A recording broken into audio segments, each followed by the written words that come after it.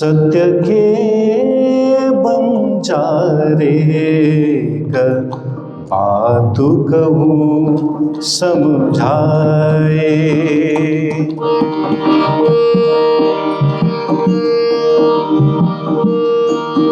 सुनो रे सत्य के बंजारे कर बात कहूँ समझाए।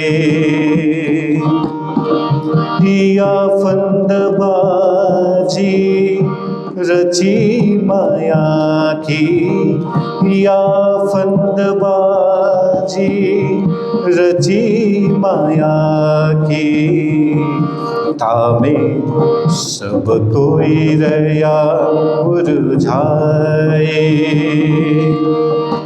सुनो रे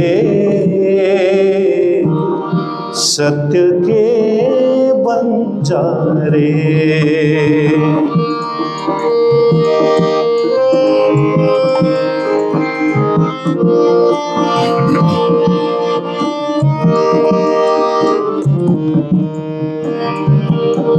हाटियान के फांस लगाई, वो भी उल्टे दो ही उल्टाए। हाटियान के फांस लगाई, वो भी उल्टे दो ही उल्टाए। बंद पर बंद दी ये बिद बिद के, बंद पर बंद दी ये बिद बिद के। सो खोलू कि न हुन जाएगा, बात कहूँ समझाए। सुनो रे सत्य के बंजारे।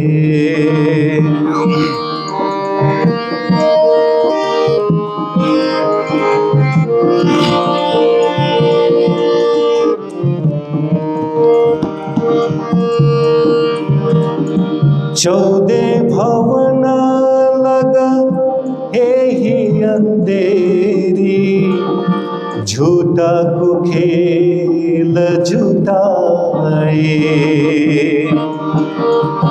चौदह भवन लगा ही अंधेरी, झूठा को खेल झूठाए। प्रगट नासा व्यास पुकारे, प्रगट नासा व्यास पुकारे। सुख देव साख पुराए, बात कहूँ समझाए। सुनो रे सत्य के बंजारे।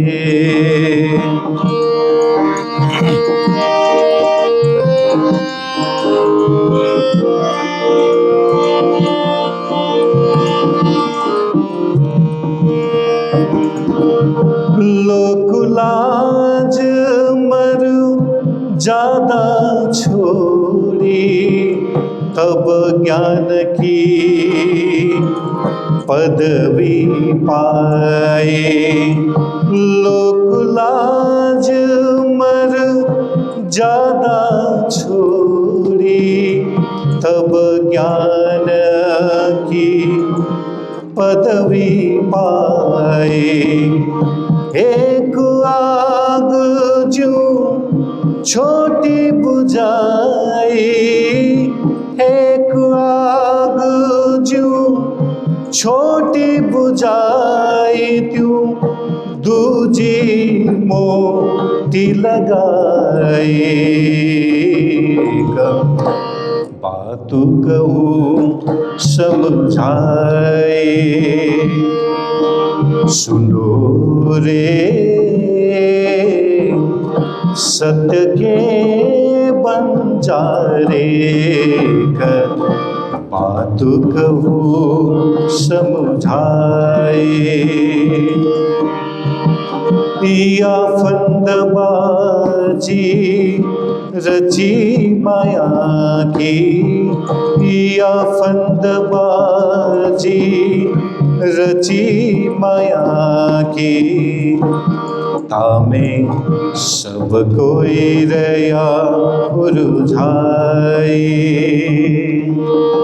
सुनो रे सत्य के बंजारे।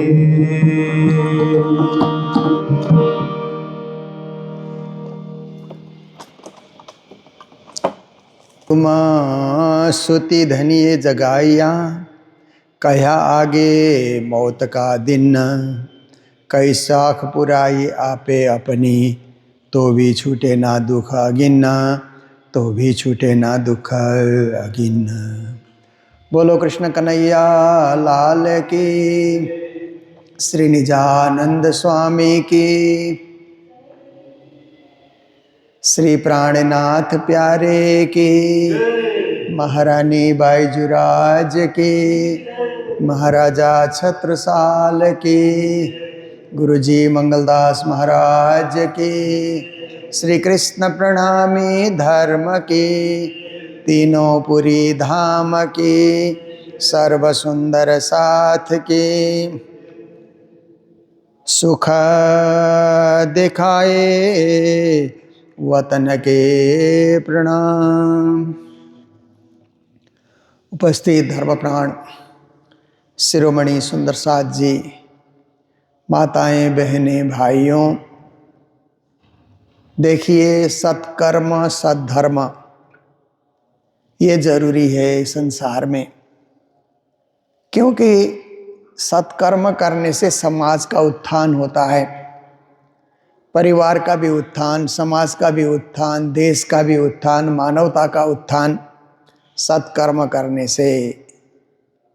और फिर आप देखिए सत्कर्म रहित जो हो जाते हैं, असत्कर्म में अग्रसर जो होते हैं, उससे समाज का नुकसान होता है, हानि पहुंचती है, कार्य आगे नहीं बढ़ता है, क्योंकि सब असत की ओर लगे हुए हैं। झूठ फरेब, तेरा मेरा झमेला झंझट आदि आदि में लोग लगे रहते हैं। ऐसे कर्म करने वालों को असत कर्म कहा जाता है, जिससे दुनिया में असत का बोलबाला हो जाता है। तो देखिए, एक तरफ हम लोग बोलते हैं कि ये तो कलियुग है, असत कर्म तो ज़्यादा लोग करते हैं, सत करने वाले कम हैं। पर अभी थोड़े दिन पहले एक विद्वान का मैं सुन रहा था प्रवचन, तो ये कलियुग केवल हिंदू समाज और हिंदू धर्मावलंबियों में ही क्यों आता है, और केवल भारत में ही क्यों आता है कलियुग, और देश में तो कलियुग आता ही नहीं। और देश में आप जहाँ या तो जो हिंदू रहते हैं वो कलियुग कहते हैं, बाकी लोगों को तो ये 4 युग का पता ही नहीं है, और वो हमसे अच्छे चल रहे हैं, हमसे अच्छे कमा रहे हैं, हमसे अच्छे संपन्न होकर के संस्थाएं चला रहे हैं, राष्ट्र चला रहे हैं, देश चला रहे हैं। तो यह योग क्या है? ये तो एक समय का विभाजन है, समय का परिवर्तन, समय का विभाजन। पर योग बनाने वाले तुम ही हो। गुरुजी मंगलदास जी ने मंगल सूक्ति में कहा, योग बनाने वाले भी हम हैं, योग बिगाड़ने वाले भी हम ही हैं ना। मनुष्य चाहे सत्कर्म में अग्रसर हो जाए तो योग का निर्माण होता है। नया युग, नई सोच, नए विचार से युग परिवर्तित हो जाता है। और फिर युग को बिगाड़ना हो तो असत कर्म की ओर सब लोग प्रवृत्त हो जाएं, तो हमारी प्रवृत्ति में, हमारे विचारों में ही युग है, चल रहा है। अच्छे विचार आ जाएं, अच्छा युग चलेगा, और बुरे विचार आ जाएं तो कलयुग का प्रभाव उसको माना जाएगा। इसलिए योग को सुधारने के लिए सत्कर्म करना बहुत जरूरी है। तो सदा सदा ऐसे सोच में हम लगे रहें। फिर सत्कर्म के साथ और एक शब्द जुड़ा हुआ है, सद्धर्म भी, क्योंकि कर्म आपने अच्छा किया ठीक है, पर साथ में धर्म भी तो चाहिए। सत्कर्म करने की शिक्षा तो धर्म ही सिखाता है, धर्म ग्रंथ में ही ये बातें हैं। क्योंकि आप देखिए कि वेदों में तो ज्ञान खंड है, कर्मकांड खंड, उपासना खंड, ज्ञान खंड है, पर पुराणों में आप देखिए इतनी सारी कथाएं आती है जो कथाएं उपनिषद में भी नहीं आती। उपनिषद में कथाएं आती है तो संक्षिप्त रूप से कुछ कथाएं आती है, बाकी तो ज्ञान का ही भंडार है, क्योंकि उपनिषद भी वेदों का ही सार है। पर पुराणों में आप देखिए तो बहुत सारी कथाएं आती है।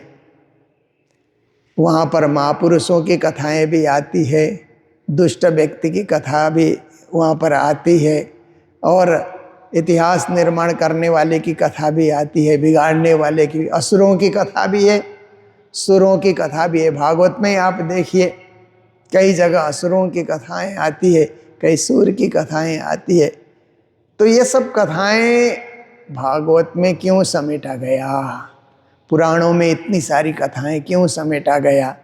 जो बुरे लोग हैं उनकी कथाएं क्यों डाली? अच्छे लोगों की कथा आप डालिए, पर जो राक्षस हैं, अत्याचारी हैं, उनकी भी कथाएं वहाँ पर डाल दी। इतना ही नहीं, इतिहास के ग्रंथ को आप पढ़िए तो इतिहास में भी क्या होता है, अच्छे राजा का वर्णन भी आता है, गलत राजा का वर्णन भी आता है।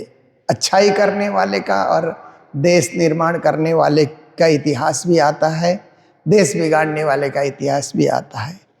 तो इससे हमें यही जानना है कि संसार के अंतर्गत असत करने वाले भी बहुत हैं और सत करने वाले भी बहुत हैं। इसलिए शिक्षा हमें लेनी है कि सत्कर्म हम करें, सद्धर्म में हम आगे बढ़ें। असत करने वाले जो हैं उनको हम नकार दें, उनको उदाहरण न बनाएं। जीवन में किसी को हम उदाहरण रखते हैं ना कि ये व्यक्ति मेरे लिए उदाहरणीय है, इनके प्रिंसिपल को, इनके सिद्धांत को हम मान कर चलते हैं, तो ऐसे में अच्छे लोगों को अपना क्या आधार स्तंभ बनाएं, बुरे लोगों को न बनाएं। बुरे लोगों को बनाएंगे तो बुरा ही बुरा होता जाएगा। इसीलिए सद्धर्म भी जीवन में चाहिए, सत्कर्म भी चाहिए। और ये सब चीज़ें आती कहाँ से है? सत्संग से। जब सत्संग करते हैं तो सत्कर्म और सद्धर्म का ज्ञान का विस्तार होते जाता है। उसी सत्संग को हम लोग चर्चा कहते हैं। प्राणनाथ जी ने चर्चा कहा सत्संग को ही।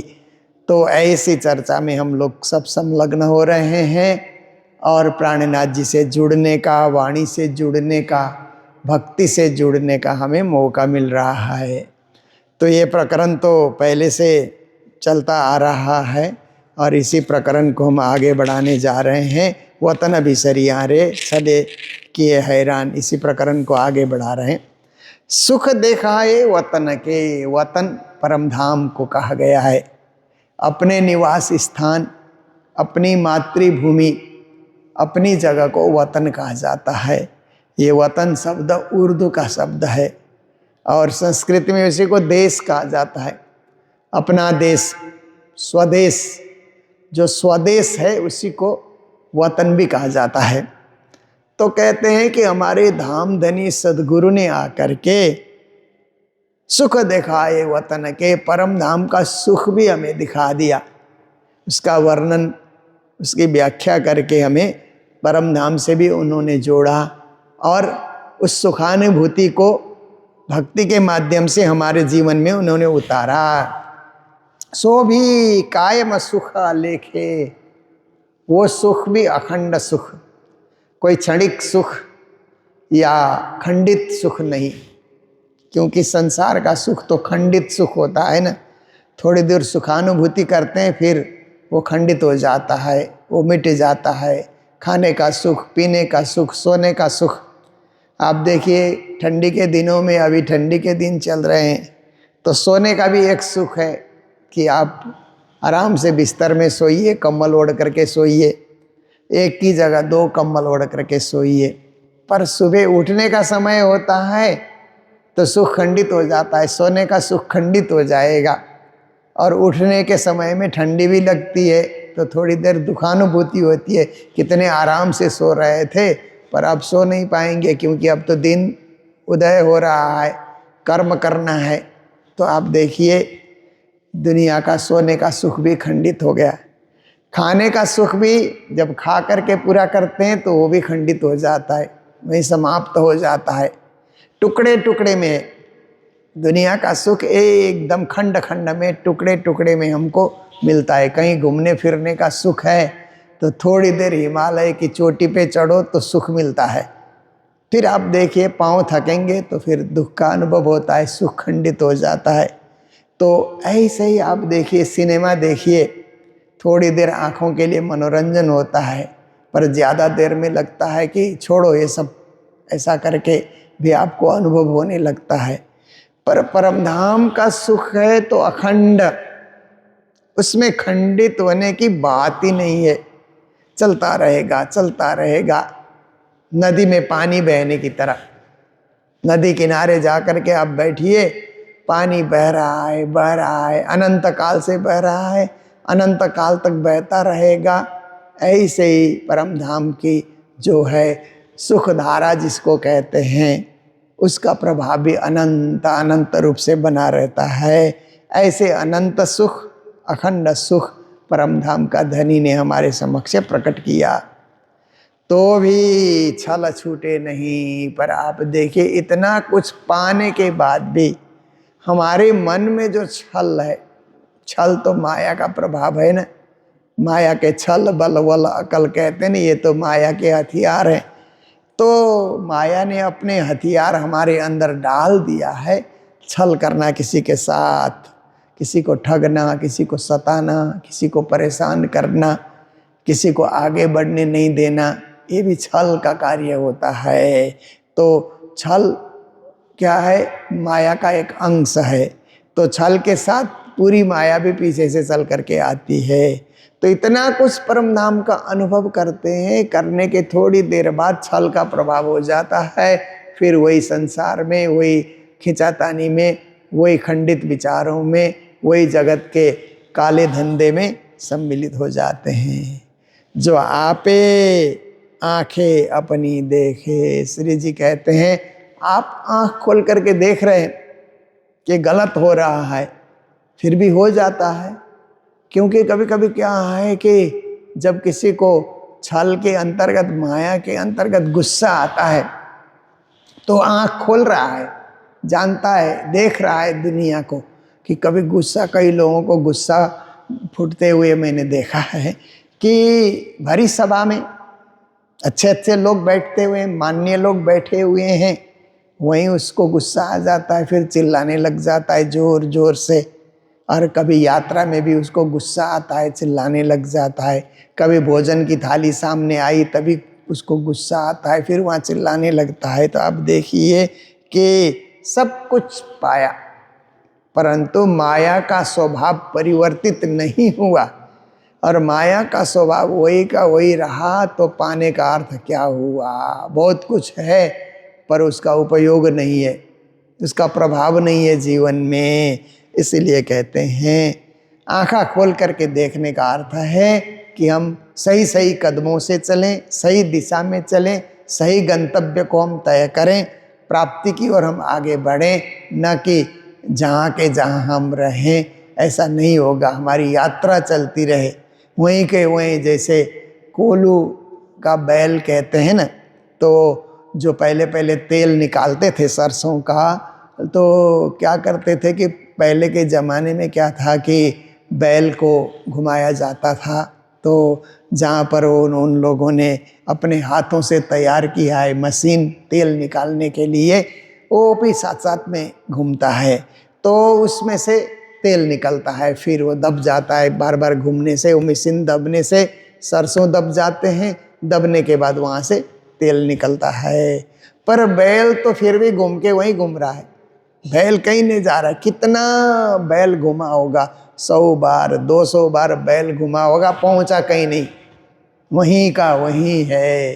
तो ऐसे ही हम लोग भी दुनिया में कर्म कर रहे हैं, तेल निकालने की भांति हम कर्म कर रहे हैं, परंतु यात्रा आगे नहीं बढ़ रही है, वहीं के वहीं है, जहाँ है वहीं घूम रहे हैं, उसी परिवेश में हम हैं।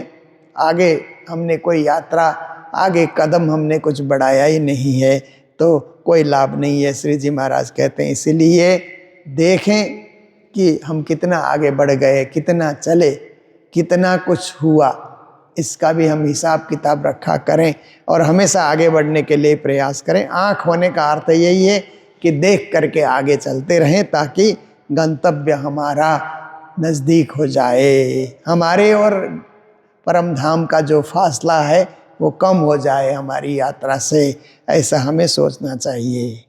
देख के अवसर भूलहि, फिर कहते हैं श्री जी महाराज, लोग देखते देखते अवसर चुक जाते हैं। जैसे विद्यार्थियों को देखिए, एग्ज़ाम के दिन आ गए, गया ही नहीं, एग्ज़ाम देने गया ही नहीं, अवसर आया पास होने का, नए क्लास में जाने का, नया सर्टिफिकेट प्राप्त करने का मौका उसको मिला, पर एग्ज़ाम देने गया ही नहीं, उसने ऐसे ही बिना एग्ज़ाम के घर रह गया, तो अवसर चुक जाता है। और इसी तरह खेती करने वाला बरसात के दिनों में खेती नहीं की तो अवसर चुक गया। बरसात निकलने के बाद वो जितना ही बीज डाले, बीज उगेंगे ही नहीं, उनको पानी चाहिए उगने के लिए। तो पढ़ने का अवसर, खेती करने का अवसर, व्यापार करने का अवसर, देश विदेश घूमने का अवसर एक समय होता है। तो अवसर देख करके काम करना चाहिए, अवसर देख करके भूलना नहीं चाहिए। सुबह सुबह उजाला होते ही अवसर आ गया ऐसा सोच करके उठ जाना चाहिए, पर सूर्योदय हो रहा है, अवसर आ गया, सूर्य ने आकर के आपके दरवाजे में, आपके खिड़की में दस्तक दिया, पर आप उठे ही नहीं, कुछ किया ही नहीं आपने। तो देख करके जान करके अवसर नहीं भूलना चाहिए। बोहरन आवे अवसर, श्री जी कहते हैं लौट करके अवसर नहीं आएगा, आया सो गया। आज का दिन आया गया, कल का दिन आया गया, परसों का दिन आया गया, ऐसे करते करते 1 साल चला जाता है। देखिए कितने जल्दी तेजी से समय निकला जा रहा है, हमारी आयु भी बढ़ती जा रही है और जीने के लिए और समय कम होते जा रहे हैं। तो समय लौट करके आएगा, फिर करेंगे, कल करेंगे, करते रहेंगे, कोई ना कोई दिन करेंगे, ऐसे नहीं सोचना चाहिए। आज ही करें, अब भी करें, इसी वक्त करें, जरूर करें। बोहर न आवे अवसर, फिर समय लौट कर नहीं आएगा। जानत है आग लगसी, फिर एक दिन इस शरीर को आग में भस्म कर देना है, लोग कर देंगे। हम जानते हैं कि एक दिन इस शरीर को जला दिया जाएगा, दफना दिया जाएगा, और ये जन्म मरण रूपी अग्नि में भी हम लोग पड़ेंगे। अनेक प्रकार के दुखों को झेलना पड़ेगा, अनेक प्रकार के जठराग्नि इत्यादि को सहन करना पड़ेगा। तो आगे तो सत्कर्म नहीं करने का फल तो आग ही आग है। जहाँ आग ही आग के कोयले बिछे हुए हैं, जलते कोयले बिछे हैं, वहाँ पाँव रख करके चलना पड़ेगा, ये हम जानते हैं। तो इतना जानते हुए उस मार्ग में क्यों चलें? तो भी छूटे ना छाला क्यों ये कर रहा। इतना कुछ ज्ञान होने के बाद भी माया नहीं छूटती है, फिर भी माया चिपकी रहती है। कहीं ना कहीं कुछ हम करने निकलते हैं, फिर भी माया हमें पकड़ करके, बांध करके घेर लेती है और अपने आकर्षण में हमें आकर्षित कर देती है। उससे निकलने का कोई स्वच्छ और सुखद मार्ग नहीं दिखता। पीछे पछतावा क्या करे। अब कहते हैं कि समय निकलता है तो लोग पछताते हैं ना। बहुत सारे लोग कहते हैं क्या करें, पढ़ने के समय में नहीं पढ़े, अब क्या करेंगे, छोटी छोटी नौकरी मिलती है, साधारण काम करना पड़ता है। जैसे आप देखिए, बाजार में जा कर के देखिए तो सिर पे बोझ उठाने वाले, सिर पे बोझ उठा करके लोगों के यहाँ पहुँचाने वाले कितने सारे लेबर लोग हैं। तो उन्होंने पढ़ा होता तो ऑफिस में काम करते, अफसर होते वो भी, पर अभी नहीं पढ़ा, समय में अध्ययन नहीं किया, अवसर उनके सामने आया पढ़ने का पर उसका सदुपयोग नहीं किया। पीछे पछतावा क्या करे, अवसर निकलने के बाद पछता रहा है। धन गया हाथ सौ घसे, श्री जी ने कहा ना, धन निकल जाता है हाथ से, फिर हाथ घसते रह गए, मसलते रह गए, कुछ होने वाला नहीं है। जब गया समय आचल, समय चला जाता है तो गया गया। बहुत नुकसान होगा जीवन में कि समय गया और वो समय वापस नहीं आएगा, तो कितना बड़ा नुकसान दे करके जाता है। इसीलिए उस नुकसानी में हम क्यों पड़े, ऐसे क्यों भूले अंकुरी। दुनिया वाले भूल जाते हैं क्योंकि दुनिया वालों को परम धाम का ज्ञान नहीं है, इसलिए माया में पड़े रहेंगे, माया का सुख उपभोग करते रहेंगे। पर जो परम धाम के अंकुरी हैं, जिनमें परम धाम का सत सिद्ध आनंद का अंकुर है, और जो परम धाम से ब्रह्म सृष्टि का अंकुर लेकर के जो आए हुए हैं, वो अंकुरी लोग क्या है, जल्दी जाग जाते हैं। अंकुर का प्रस्फुटन होता है। जैसे आप कितने बीज आप डाल देते हैं, जिनमें अंकुर है उनका प्रस्फुटन होता है, अंकुरित होकर के फिर वही लहलहा उठते हैं। और जिनमें अंकुर नहीं है वो नहीं उगते, फिर वो सड़ जाते हैं। जितने बीज आपने डाले सब में अंकुर नहीं होते, आधे तो सड़ जाते हैं, वहीं पर खाद बन जाते हैं। पर जिनमें अंकुर है वो उग करके फिर हरियाली बिखेरते हैं, फलते हैं, फूलते हैं और अन्न इत्यादि तैयार होते हैं। ऐसे ही ब्रह्म सृष्टि जो अंकुरी है, ब्रह्म ईश्वरी सृष्टि, परमधाम का अंकुर लेकर के आई हुई सृष्टि है, उनको ऐसे गफलत में या मोह सागर में नहीं भूलना चाहिए। जाके साँचे घर ने चलना, क्योंकि वो सच्चे घर से आए हैं, सच्चे घर जाने का ही उनका कर्म भी होना चाहिए। माया से आने वाले माया का कर्म करते हैं, पर परमधाम से आने वालों को परमधाम के सत्कर्म, सद्भक्ति और सत्संग में उनको लगे रहना चाहिए, क्योंकि उनका गंतव्य बहुत ही अच्छा है, बहुत ही सुखद है, बहुत ही सारगर्भित है, जहाँ जा कर के उनको आनंद का उपभोग करना है। तो ऐसी बातें, ऐसा ज्ञान प्राणनाथ जी निरंतर हमें बरसा रहे हैं। आज भी सुने, कल भी सुने, परसों भी सुने, सुनते रहें तो उसका असर बना रहेगा। सुनना हमने छोड़ दिया तो अपने मन मर्जी हम करेंगे, क्योंकि किसी शिक्षा के अधीनस्थ हम रहते हैं तो हमें प्रभाव होता है उसका, रोज़ रोज़ रोज़ का प्रभाव होगा। नहीं उसके अंतर्गत हम हैं तो जो विचार आया वही करते रहे, मनमानी अपने करते रहे, कुछ सद्धर्म का मार्ग से आप आगे नहीं बढ़ पाए, ऐसी स्थिति होती है।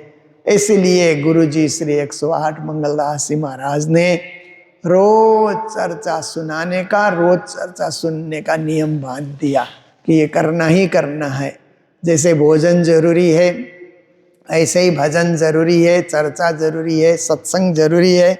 और आए गए लोगों को भी बिठा करके, जो मंदिर आता है वो उसको भी चर्चा में बिठाएं हम, तो कुछ न कुछ कान में 2 शब्द सुन करके जाएगा, और वो 2 शब्द भी उसने सुना है तो उसका असर उसके जीवन भर रहेगा। इसलिए हम चर्चा, सत्संग, कथा वार्ता में हमेशा संलग्न रहते हैं। तो आज का भी हमारा समय यहीं पूरा होने आ रहा है। हमें सेवाएं मिलती रहती है, कई लोग बच्चों की पढ़ाई के लिए सेवाएं देते हैं। हमारे जो बच्चे स्कूल पढ़ते हैं तो उसमें कई लोग सहयोग पहुंचाते हैं, कई लोग भंडारे के लिए सहयोग पहुंचाते हैं, कई और सेवा में हमें संलग्न हो करके सहयोग करते हैं। तो हैदराबाद से शकुंतला शत्रुघ्न अग्रवाल जी सिकंदराबाद जो रहते हैं, उनसे भी समय समय पर हमें सेवा मिलती रहती है भंडारे के लिए, बच्चों की सेवा के लिए। तो उनको भी मंगल बधाई, मंगल कामनाएं देते हुए, और भी हमारे जितने भी दान दाता हैं उन सबको भी मंगल बधाई देते हुए आज की चर्चा को यहीं विराम दे रहे हैं। जय जयकार के साथ। बोलो सतगुरु महाराज की, श्री प्राणनाथ प्यारे की, सर्व सुंदर साथ की। पीछे पछतावा क्या करे, जब गया समय चल, ऐसे क्यों भूले अंकुरी। जाके साँचे घर ने चल, जाके साँचे घर ने चल। बोलो श्री प्राणनाथ प्यारे की, श्री धाम के धनी की प्रणाम।